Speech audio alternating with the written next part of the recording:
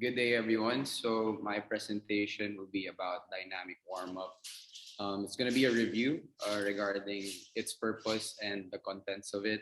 Hopefully, by the end of this presentation, we'll all be able to answer what is it for, why do we do it, and what consists of a good warm-up. So let's get right to it with the purpose. So warm up is basically there to prepare our athletes for a game, or a competition, or a workout. Ideally, we already want our athletes to be um, in their best condition before the onset of their activity. We don't want to waste a lot of time trying to build them up to that peak condition. Like from the get go, we want them to be ready, fired up. Um, in the gym, when it translates, ideally, you don't want the first few sets to be used to, try to build up to get good numbers. Ideally, at the start, you gotta get good numbers already. Try to maintain those just to maximize their performance. Um, Up next, still on what is it for? Warm up is also good for mental preparation. It's a good time for athletes to just zone in, focus on the task at hand. Some athletes tend to be quiet, while other athletes tend to just go around the room, be themselves. But the most important idea is for them to be comfortable in the gym, and that the exercises that they are doing or that us coaches are prescribing give them that confidence that they're priming their bodies. Okay, moving on, we have why do we do it? So there's three main ideas. First one is raising the body's temperature. This is the biggest facilitator for warm up. It's gonna warm up our muscles, making it elastic like, allowing it for better movement. Um, Raising our core temperature also increases our heart rates. Given the heat that our body generates, our hearts have to work double time to radiate that heat, making blood flow a lot more efficient and oxygen delivery faster. Up next, we're gonna want to stimulate the central nervous system. So as we all know, the CNS is the command center of the body. It commands all other body systems. You want to make sure that everything is in tip-top shape, everything is sharp. We also want to enhance the metabolic reactions happening in our bodies. And aside from that, there's faster transmission of nerve impulses, making movements much more effective. Oh, sorry, much more faster, and that our coordination is on point. Um, and just tying it up with the previous point, having a sharp central nervous system improves muscular contraction. A faster reaction time, pair it up with smoother movements from our muscles, are we're able to produce more speed and power, thus improving overall strength. And for the last one, we have injury prevention. Although there's not a lot of studies that correlate having a positive effect on injury prevention, there are some acute effects of saying that having warmed up muscles helps reduce ligament strains, muscle and tendon sprains. Okay. Up next, we're gonna go for the contents of what consists of a good warm up. So I actually focused on two books. One is from the NSCA and one that Buzicelli wrote. So they both talked about the general and the specific parts. So we'll start off with the general one. For this part, all we have to understand, the goal of it is to raise the athlete's body temperature. It will then lead us to have an increased heart rate, warm muscles, better blood flow, and oxygen delivery. It usually takes around 5 to 10 minutes for the general part. It's usually paired up with low intensity exercises as we slowly want to build them up to a higher intensity. So in the gym, probably you could probably let them hop on the bike, hop on the rower for quite some time just to get them loose, get them going. And then from there, we can now move on to the more specific warm up. So in the specific part, we're going to be incorporating bigger movements that will be used for the main workout.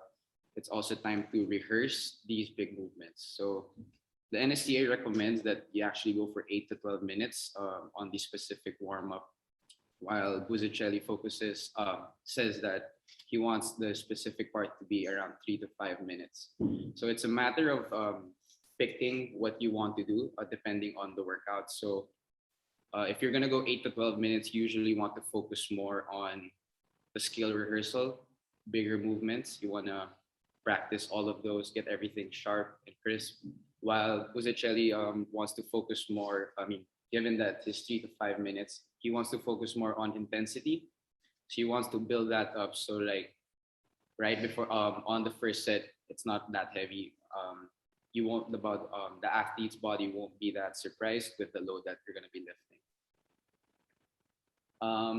I also inserted here the ramp method. I think it's good that I just discussed it. I believe the last batch of interns asked me about it, especially how we do our warm-ups in the GDS sessions. So with how I was taught as an intern. So it starts off with a couple of mobility exercises, and then we move up to bigger movements, more dynamic in movement.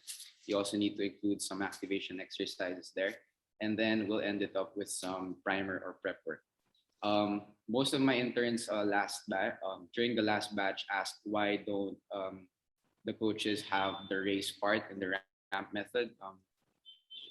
So you guys already know what the ramp is. There's usually not a race part in our warm-ups. Because usually when I ask these interns what kind of exercises they want to see in the race, they usually gave out jumping jacks, a couple of high knees, jog in place. These are all good exercises, but I think to address their question, I think that's what the mobility exercises are for.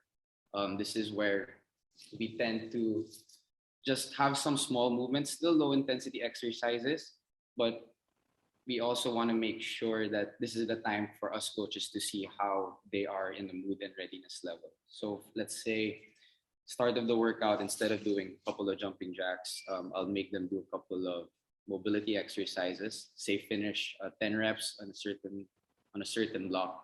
It's from there that I'm able to have a feel if whether they're ready to go heavy for the day or they want to go light depending on their mood. I mean, you guys can always talk to the athlete, but it's also different to see how they're moving. Um, Going into the activate, I think this is where we have our own methods. Like some of us, personally, I'd like to go for some core and glute activation. Make sure I include some upper body work. It's usually hidden within the mobility block, the mobility exercises that we give at the start. Up next, we have your mobilize. So just think bigger movements. Of course, we're already done with the mobility exercises. We're gonna go for more dynamic. So probably some rehearsals. Say for a squat day, you wanna overload a lot of squat movement over there. And then obviously the last one is your potentiation part, or what you have for your primers. So I think that's how the way to go if we were to have the ramp method side by side with how we do our warm-ups. And just other stuff that I think would translate well in the GDS session, especially for warm-ups. I already discussed having a feel of your athlete's mood. Just make sure that you have an attentive coach's eye, see how they feel. Number two, utilize team dynamics. I think these batch of interns saw me utilize this heavily on our sessions. Given it's a one-to-one set, given that things are online, there's not really a lot of social interaction. So as the coach, as being the point person of the room, you gotta bring everyone together. Probably some small games just to get everyone's energy up, just so that they can bring it by the time that they reach the main workout. And last one, make things interesting. In a strength and conditioning field, I think I'd like to think a lot of exercises should be done. It's very redundant. It's all the same exercises. It's just a matter of progressively overloading these little by little. So every once in a while, it's good to have some variation. Probably let them jump, use different planes, probably incorporate some agility exercises, just to provide some variation again. Yeah, I think that's it for my presentation. Yeah, any questions, guys?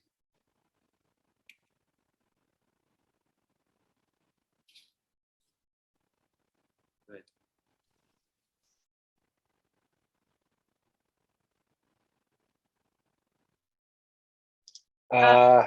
One question on my end. You mentioned that the ramp warm-up, is meant to raise, activate, mobilize, and potentiate. Open floor question. Can anyone tell me how else can you use the warm-up, or what else can the warm-up be used for?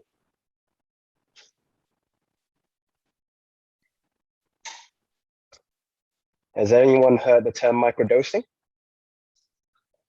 I did. What's the purpose of microdosing, Cedric? It's for you to be able to estimate the minimal dose that an athlete can actually do on that specific day.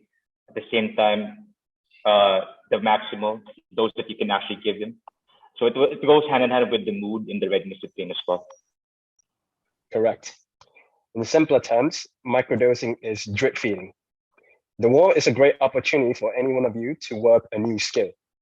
And I know Tom did it really well in one of the L4 courses. Before the weightlifting, he put us on a dowel and he taught us how to transition under the bar with dowel. That's essentially the warm-up. So for those of you who work in pro sport, you'll find that time to warm up is very, very limited. If you're going to teach something complex like sprinting or weightlifting, you won't get 30 minutes.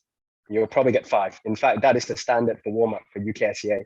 You go in for a UKSCA assessment, you get 5 minutes to warm up. So you have to be really precise in how you warm someone up for the task. So the warm up is a great opportunity to learn a new skill. Imagine every time you train, you warm up. You train 4 times a week, you warm up 4 times a week. That's 4 opportunities to learn a new skill. Multiply that by 2 months, there you have it. Okay.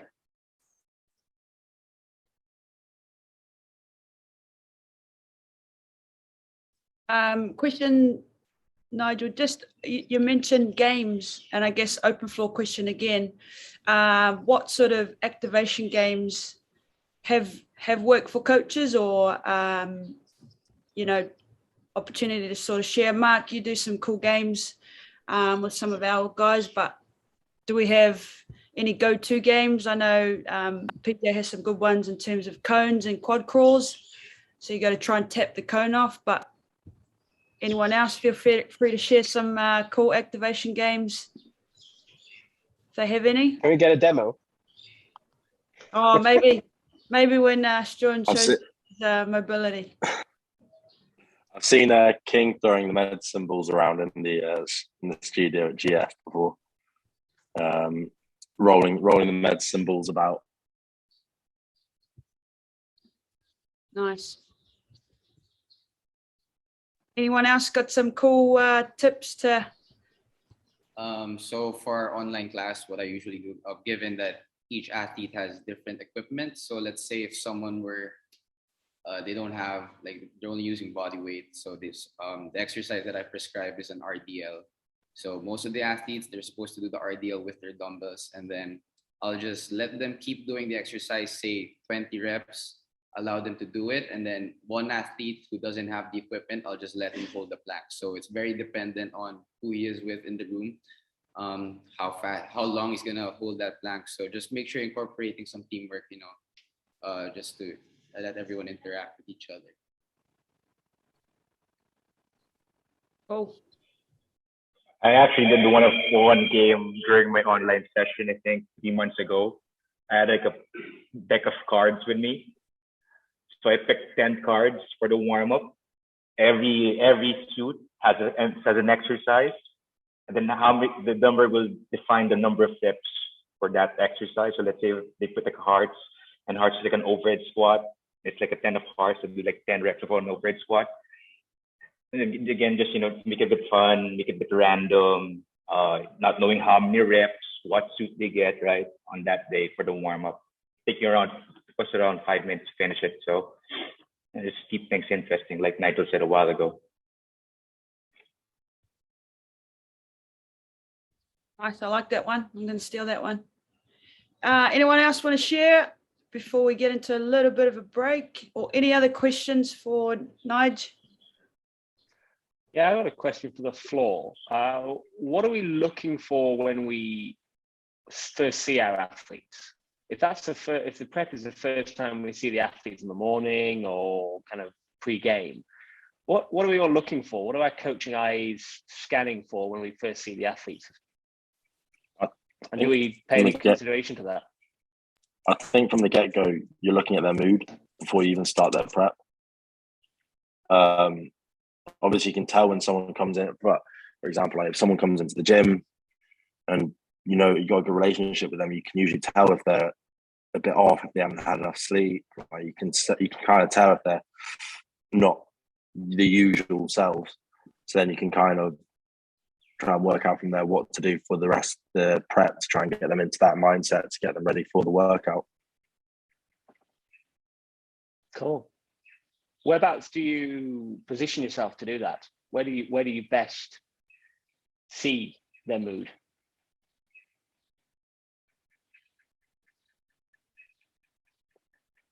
From when I mean, I guess like if you're position wise, like if you got a clear sight of when they first come in and start getting ready.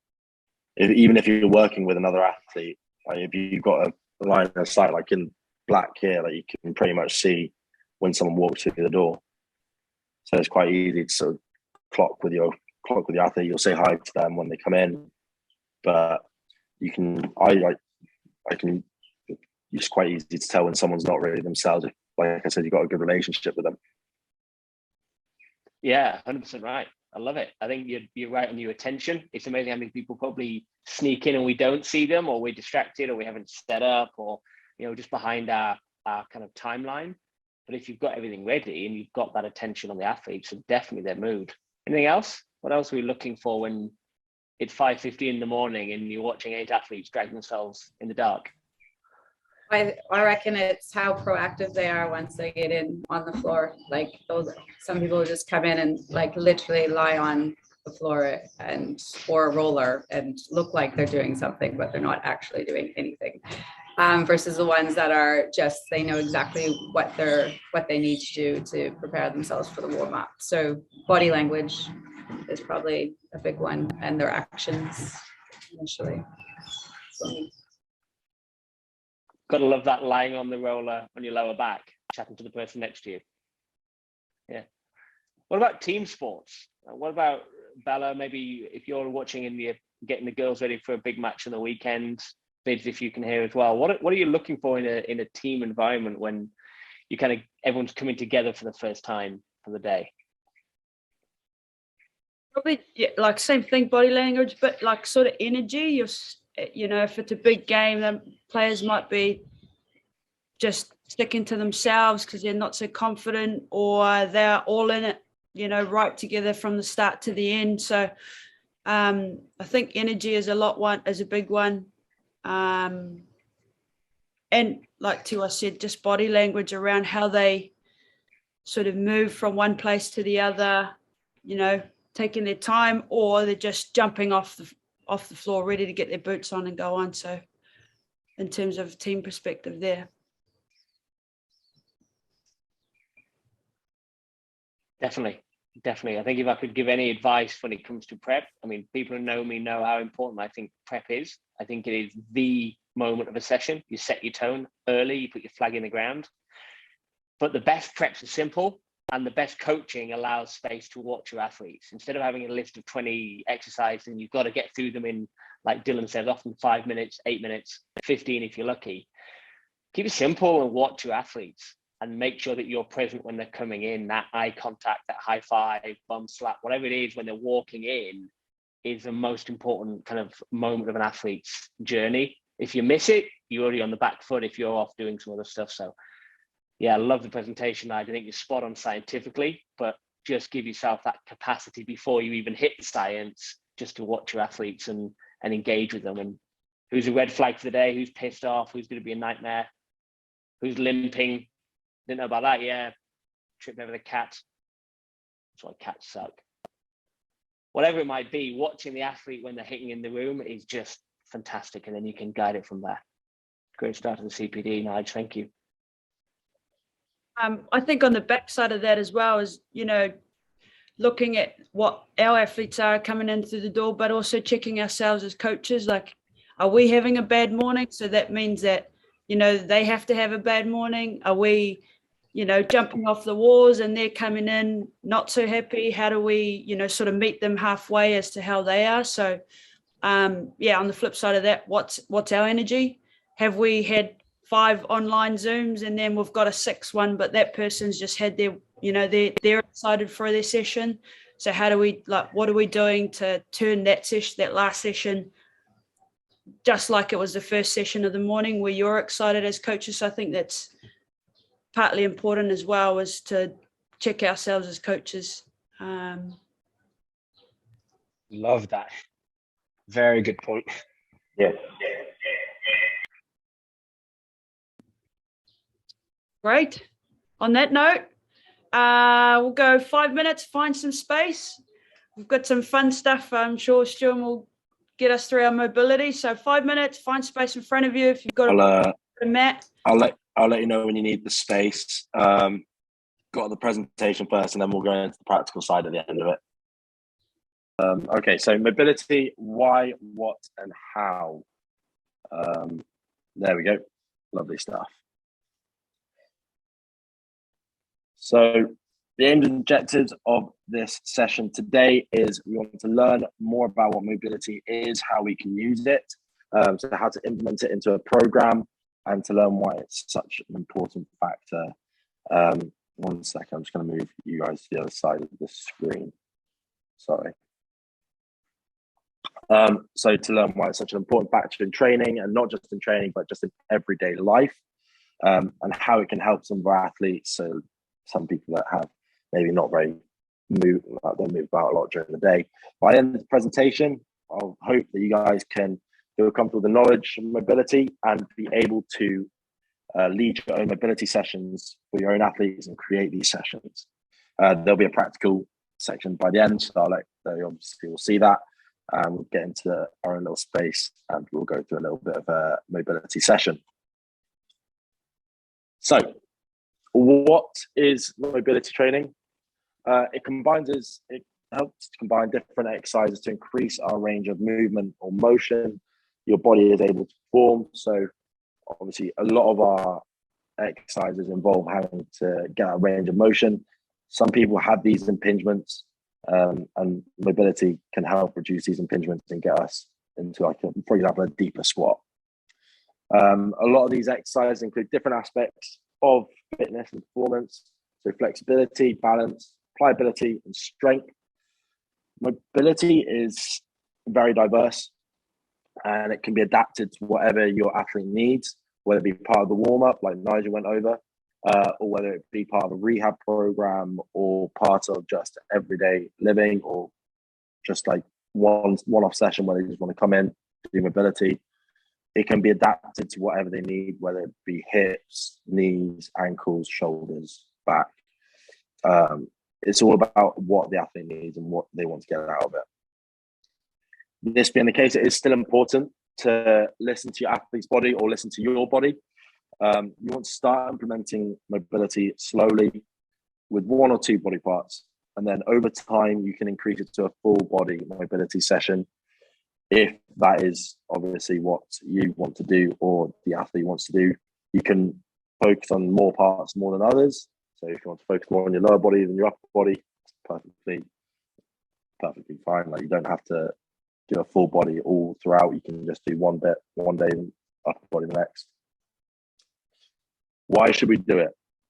So mobility is a key tool to use in helping prevent injuries. This is obviously a big factor for team sports. So anyone that coaches team sports, or anyone that has any athletes that are very susceptible to injury, it is very good at preventing injuries and helping prevent these fatigue, these muscle knots that people often find.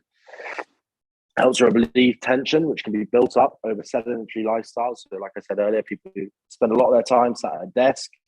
It can help with their body posture. It can help with if they overexercise and they have too much strain on their muscles and their joints. This can definitely help relieve that tension. It also helps to increase that range of movement again, to help lead a more healthy and active lifestyle. So other benefits, like I said earlier in the previous slide, it helps promote good posture. It also helps us to improve our all-round functional fitness performance. So your functional movements, your squats, certain other types of training, deadlifts. It helps increase those movements, increase our range of motion, be able to perform lifts better. Joint deterioration, it doesn't prevent this, it just reduces it. It's the same with the aches and pains. It doesn't prevent it fully. It just aids in the prevention. It helps reduce the prevention of aches and pains, and then it helps to build a stronger, more adaptable muscle and joints. So there's a big misconception between mobility and flexibility. Scientifically, mobility is all about proprioception, which is every muscle in our body has it. This is the awareness of our body's positions and the movements that the muscles are doing. Mobility, therefore, includes a range of exercises designed to help increase our range of motion, range of movement. It helps to control the muscles around the joints and helps them to move a bit more actively, a bit more effectively. Flexibility, on the other hand, is stretching and lengthening muscles. So we're focusing more on the muscles rather than on the joints. When we stretch and lengthen our connective tissues, it helps to increase the body's to a full range of movement without causing injury, stiffness, or pain. So there's a big two. The best way to remind yourself of it is that flexibility is more about the muscles. Mobility is a mixture of the muscles and the joints put together. Okay, so we're going to get into a bit of a mobility session. Okay, let me move myself. I tend to do mobility to get myself a good base. I like to do it without my shoes on. So pardon the feet. I'll position you guys just over here. Yeah. Okay, so if you guys have got yourself a little space, we're going to crack on with we've got 10 exercises to go through. Okay, they're all exercises that are done without anything apart from the last one. So if the last one, you've got a towel or some sort of a dowel near you. Towels are fine. Okay, all the others, 1 to 9, are just all body stuff. Okay, so for our first one, happy cat, sad cat. Some people know it as cat and cow, I think it is. But for this one, what we're going to do for it, okay, is I want you to focus more on the tempo that you do it, and not just, you see a lot of people when they do it, they just go in and out, okay? What we want to do, we want to start with our head. So if your head's down, that's when you're in that cat position, sad cat. And you're going to start with your head, and you want to try and slowly go through each section of your vertebrae until you get to your hips. And when you get to the hips, you want to just sort of rotate them around. And you want to do the same on that reverse. Start with your hips and slowly work up your spine until you get to that head. Tuck your head underneath, try and tuck your chin into your chest. And obviously reverse that again. Slowly going through it. Okay. We want to make that nice and slow, make sure we can feel all of our vertebrae trying to connect with each other and get that. Let's have a little look at everyone. Danny.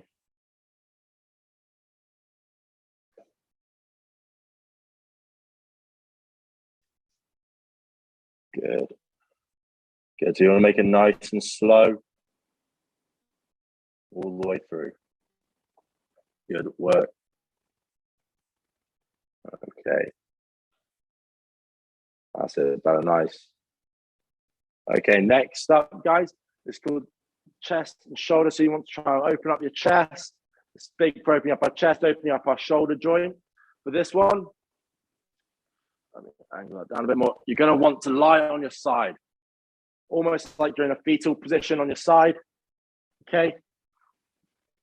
Back a bit. There we go. Okay, so for this one, start with your hands together. And then what you want to do is you want to push that upper arm away. So you want to try and get that upper arm about a hand's length away from the other hand. So you're really forcing your shoulder open. As you go round, you're going to make that sort of arch all the way around your body. You'll feel that stretch. When you get to that point where you feel like you want to turn your hand and you can't go any longer with your hand facing down, just flip your hand over and carry on forcing that hand away from your body all the way through. When you get to the other side, you want to do the exact same thing. When you feel like you can't keep your hand facing upwards, flip it over, then carry on round into that position there, and then bring it back to neutral. So the idea is you want to keep your hand on the floor at all times. Try and keep your hand touching the ground, making that contact with the ground.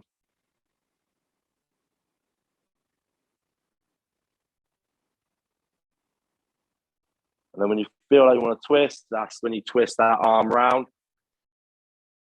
Good.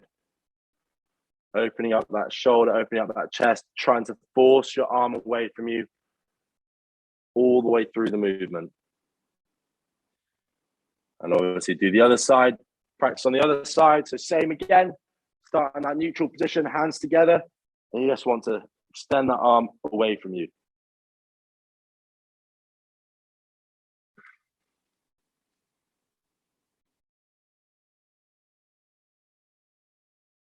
Good stuff, guys.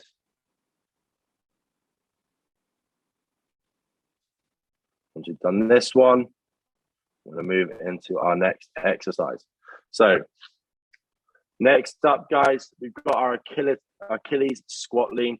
This is very good for when you're, obviously when we're back in the gym, you're able to use this. You can use it with a band, and it helps really open up our ankle joints, helps open up our knee joints as well, keeps them nice and healthy.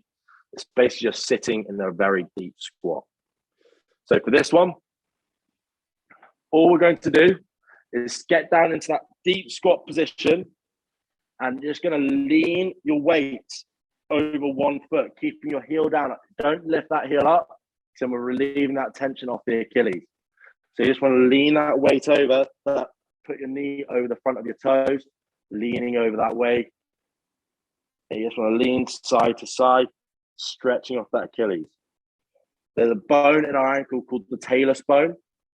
This helps with movement in our ankle and helps with that squat movement. If you don't have that squat movement, you got someone that's not very capable of hitting that deep squat, it might be because their talus bone is just out of position a bit.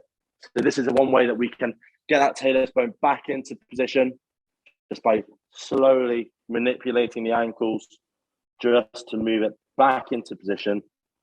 If you've got a band, you can wrap it around, but you want to make sure the direction is going straight down on that little pinch point there, just above the foot where the foot meets the shin. So nice and slow movements, leaning over one way and leaning over to the other way. Okay. Just give yourself a little rest, stretch it off. Okay. So you can do this with a plate as well. Add a bit more to it, holding a plate, adding that weight into it. So the next one, child pose. We all know what child pose is. We're just adding a different concept to it. All right. So we all know what the child's pose is. You have your knees nice and spread apart. You try to sink back onto your heels. For this one, best way to do it, sink back and then try and wiggle your hands away from you while trying to keep your bum on your heels. So this one's with a lean though. So when I say lean, it means you bring your hands to one side.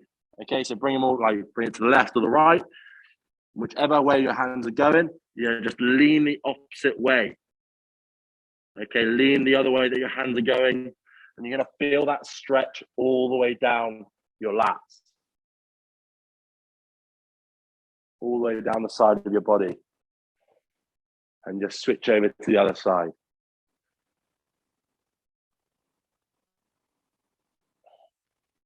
Good stuff. Always good with mobility to bring your bring your athlete, bring whoever you're training, whether it be yourself or someone else, make sure you just bring them back to a neutral position. So for this one, obviously your neutral position will just be that child's pose, just holding that child's pose in a nice relaxed state, not much under much tension, and then bringing them back to the sides, going side to side and back into that neutral position. Okay, so the next one, very easy, W extensions. I've used this with people who have shoulder impingements in the past, cricketers, mainly bowlers, that repetitive motion that they get that a lot, and they tend to get a bit of an impingement in their shoulders. So for this one, it's best done against the wall, but if you don't have a wall, that's fine. Just do it as best as you can. Imagine you've got a wall behind you. What you want to do, start with your arms side on, okay? So hands up in the air, like someone's pointing a gun at you. And all you're going to do is just push your arms up, trying to keep them level all the way through. So I don't want to see they come out and then up, then back. You want to keep them level all the way through the movement and all the way back down, squeezing your shoulder blades at the bottom. So like I said, if you do it against the wall, you can see that you've got that barrier that's not letting them come away from it. So you want to keep them against that wall the entire time, which will help with that movement. You'll be able to see if they haven't got, if they've got an impingement, their elbows will come away to allow them to lift it up. But the idea is want to get them keeping it on the wall at all times. The next one's going to be a bit uncomfortable. Okay, so for this one here, it's a forearm stretch. Stretch out all the way up the forearm. Okay, for this one, you're going to start just in that all four position. You're going to use one of your hands and you're going to rotate it round. And you're going to plant your palm on the floor. Okay, so like this here. So what we're doing, we're just going to extend our arm round. So our hands facing the other way. This is where it gets a bit uncomfortable. So the next stage of this is to lift each finger individually. Okay, so you're going to just wedge your finger, your other hand underneath each finger, and it's going to lift it off the floor a bit. Okay, so you're just going to lift it off the floor, get that little hold, and then so you bring it back down. You're just going to go through each finger, trying to prise it off the floor a bit, lifting it up, and you should be able to feel different sections of your forearm with each finger that you lift. And you'll go all the way around to your thumb. Once you've done that, you just give it a little rest, give your wrist a little twist off. Want to relax that wrist, okay? Not do any too fast movements. Don't want to cause any injury. Let it relax, and then you move on to the other hand.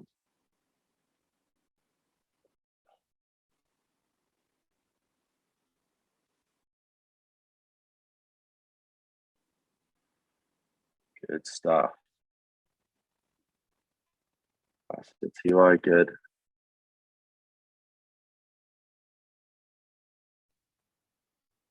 Okay. Next up, guys, once you've done those ones there, we know what this one is. Okay, pigeon stretch. Where you bring your, we're going to do two positions for this. We're going to go high and we're going to go low. All right. So our high pigeon stretch, obviously, just standing nice and tall with our knee, foot in front of our hip. That's it. And you want to try and sit yourself up nice and tall. Okay, it's going to help open up our hips, helping open up our glutes, all the muscles around it. And then the next one, obviously, getting as low to the floor as you can. Lower the better.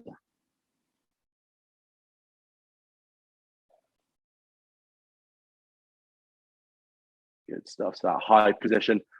The best people who have very good mobility will be able to have their knee at that 90-degree angle. I can't do that. But they'll have their knee, their foot round like that. Okay, and they'll be able to sit nice and tall quite comfortably. So that's just opening up our hip joint, opening up that ball and socket. From there, you can go into a quad stretch. It's almost like that hip flexor stretch, but not quite yet. We're not pushing our hips through. You want to pick your foot up from behind you and open that up. That's going to help mobilize that knee joint.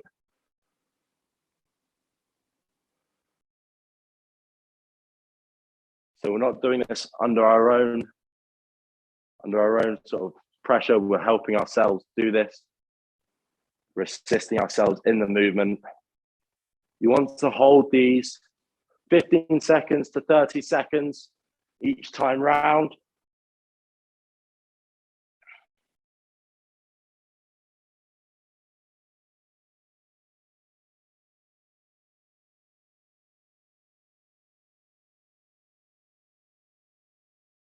Good stuff. Okay, next up, obviously our hip flexor stretch. You want to do the same movement. So you'll be starting off in that position there. You just want to extend that leg, that front leg out. From there, what we'll do, we'll push forwards, leaning forwards onto that front knee.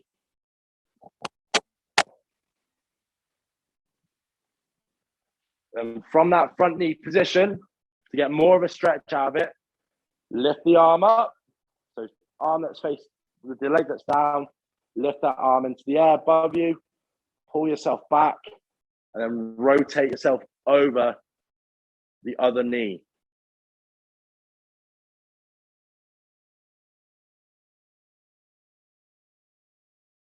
And then exactly the same on the other side. Start with the knee at 90, extend it a bit further, lunge forward into it, arm up, and rotate over the other way.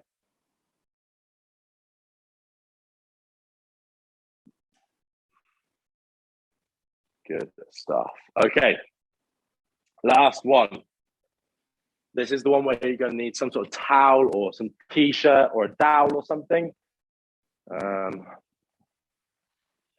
Yep.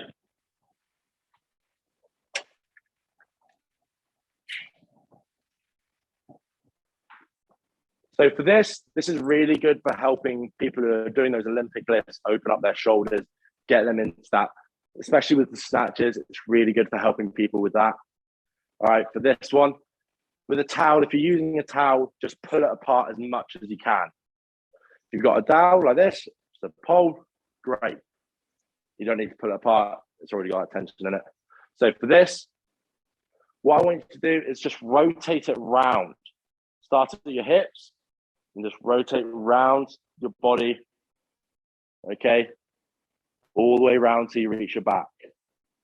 So what you'll see a lot of people do with this is when they get around to that back position, they want to try and get to that bottom position where you're telling them to go, so they'll just jolt it down.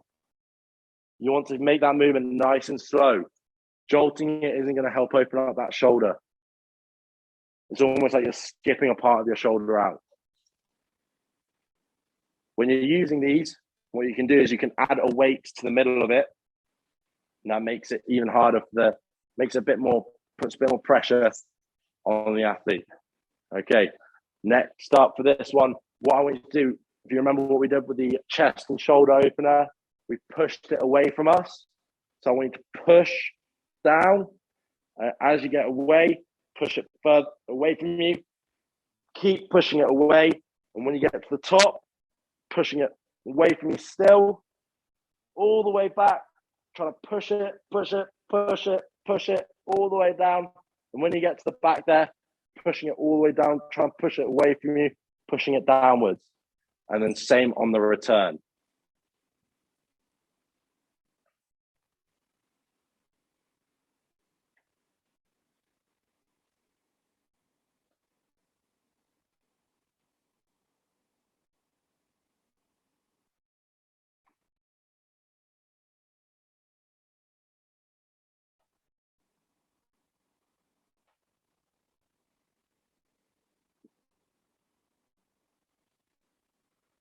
So with people that are just starting this movement out, best to use like a fitness band, because then it gives them that motion where they can open it up a bit further than they need to. As they get a bit more into it, that's when you can start using the poles and adding a weight to the middle of the pole. Okay. Couple more of these, and then we will rest it there, guys. Last but not least, any questions about any of that?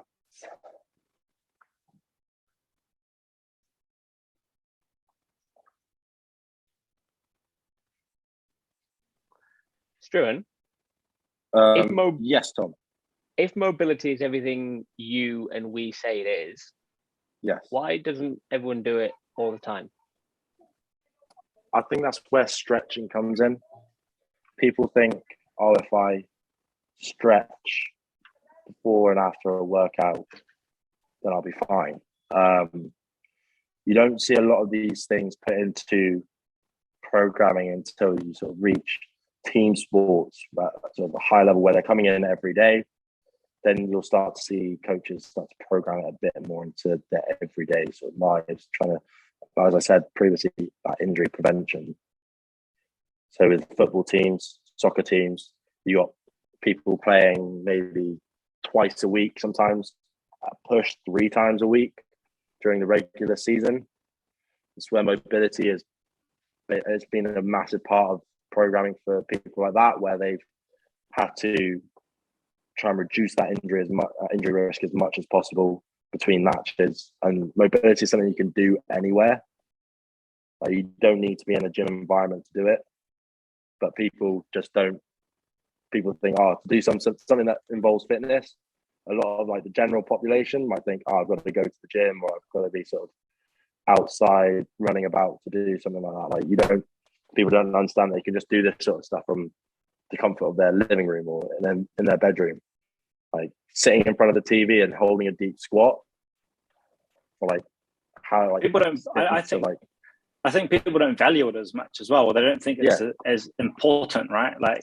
Like you're saying, people just like, I'm going to a gym, go to the gym. Like, I think even us, like how much of us like really people go to the gym and proper mob, right? Yeah. So people go to the gym and they go, right, I'm going to lift weights. I'm going to go run on a treadmill. I'm going to go row on a rower. People don't go to the gym to stretch or like do your mobility. People don't come to the gym to do that. But I think it's something that people should focus on more. I think it becomes important. Like, people realize it's important when they realize how terrible they are at it, or where it's like the result of an injury, or they're going to see a physio and then they're coming back and going, okay, I need to do these. Like, when it becomes part of their own individual prep, then they realize it's important. But it's one of those ones that like people are looking for, like I think that the easy way out. It's just like looking for the nutrition plan. They're looking for the best fitness plan to get them to be lean and thing, without realizing that mobility is important. And I think a lot of, like, I've seen, and especially in a lot of our black team members, as they've gotten older, they've realized how more important, and they realize that they can do more mobility, and they've made it part of their own daily living. But it's funny how it's like, I think when you're young as well, you're just like, oh, I'll be all right. And as we get older, we start to go, oh, actually, I better do a bit more mobility as we and I mean, like, and done in the right way, mobility can be used as like an actual workout. Like, people can get a good sweat on from holding difficult positions. Like, some of the more difficult positions, like you're putting your body under you're putting your muscles and joints under a lot of stress. So obviously, like with members at black, like the older members at black, like you've got to make sure like you're doing the right ones that aren't going to cause them injury or further injury. If they've had a knee replacement, or if they've had some sort of operation somewhere, or if they've had like an injury, if they've taken a little fall, like you would avoid those joints just from the risk that you don't want to increase that injury. So the summary is people don't know its benefits. People don't enjoy doing it until they're injured. People don't enjoy it. Can I jump in here too? Come on, Fizz. Oh yeah, Fiddy is like perfect like person. I think Danny. I think we're all absolutely right here. No, in terms of people get older and we don't, and we break a lot easier. But I think it's about, no matter what, it's about getting that buy-in from the individual, right? So that buy-in might be that they have injured themselves and then they're educated about mobility through their physio, and like Danny says, or they realize, oh, I'm actually really shit at it, I need to do more of it. But I think more importantly is Sharon said before, talking about injury prevention, is us. It's our job to get that buy-in from our athletes and educate them on why mobility is important. That's how you get buy-in. Everything comes down to buy-in, and that comes from the way we educate our athletes. I think video, like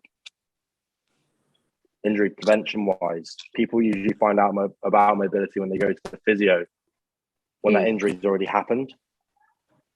Like that injury's already happened. That's why they go into the physio to get that prescription for mobility.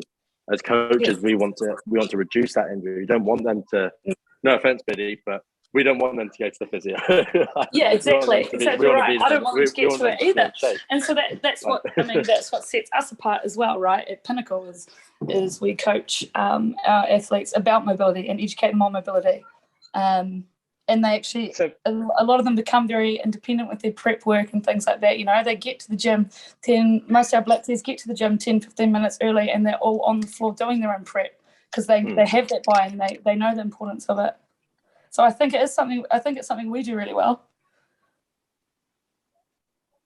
So Stuart, as you're writing the curriculum for Goldman, and your consideration is, like you say, people have trackers for calories, for kilometers, for weights lifted, and we do that as a team. We put emphasis on the outcome of a session.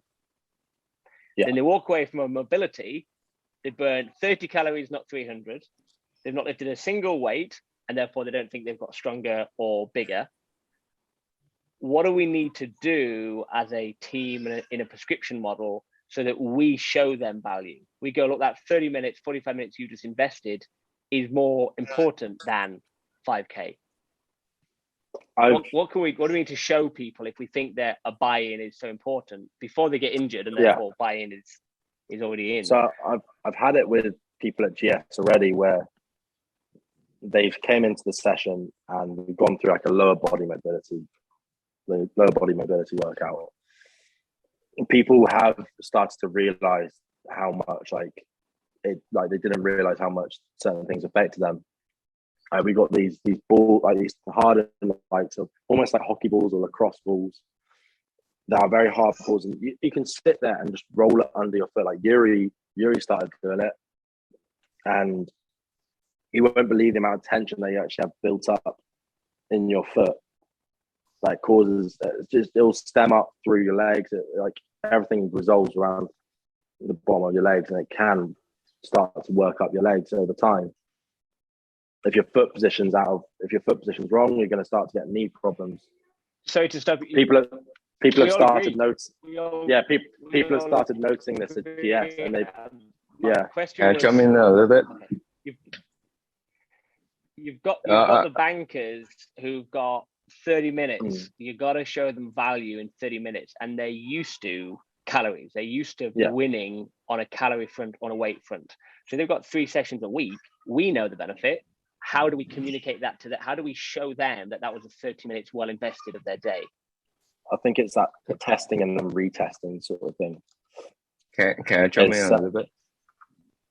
Yeah. Maybe during our program of the selection of the exercise, we just impose some like overhead squatting, any kind of those still lifting the weight with the needs of the flexibility or mobility stuff, and they recognize how poor they perform under that loading or that kind of exercise, and then I think that's the time that they truly recognize how they cannot do the range of motion, and then we implode the needs of the mobility to them at that time. I think it's the better option on our side. I think it's that test and retest with like our PMR tests. Yeah, I was going to suggest a PMR. I think if you do it more frequently, I guess you could probably see the difference. I reckon, guys, you just need.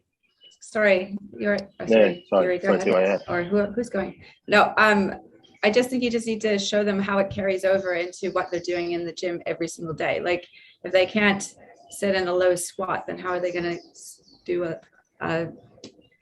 squat below parallel. So you have to show them the benefit in terms of what they can achieve in the gym by going through these mobility routines. So it's like doing the overhead squat. If they don't have the shoulder mobility, they're never going to get to that overhead squat position. So I think once they realize how it carries over into their actual session, then it'll carry a little bit more weight.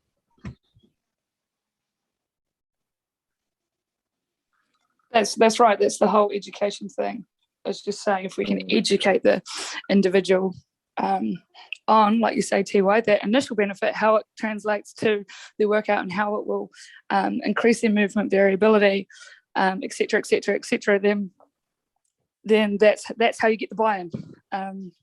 But at the same, so if you can get those small gains within a session, but if you can get the small gains within a session, great. But if you can then have that objective measure like the PMR later on, where you can then say, show them it in the first month of membership to 6 months down the line how much they've improved.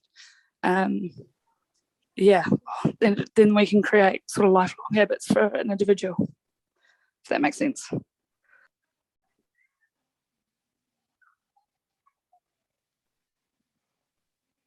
So, any more questions for Stuart there on mobility? Too easy. Thanks, Stuart. Thanks, Nigel, for your guys' presentations and taking a lot out of that.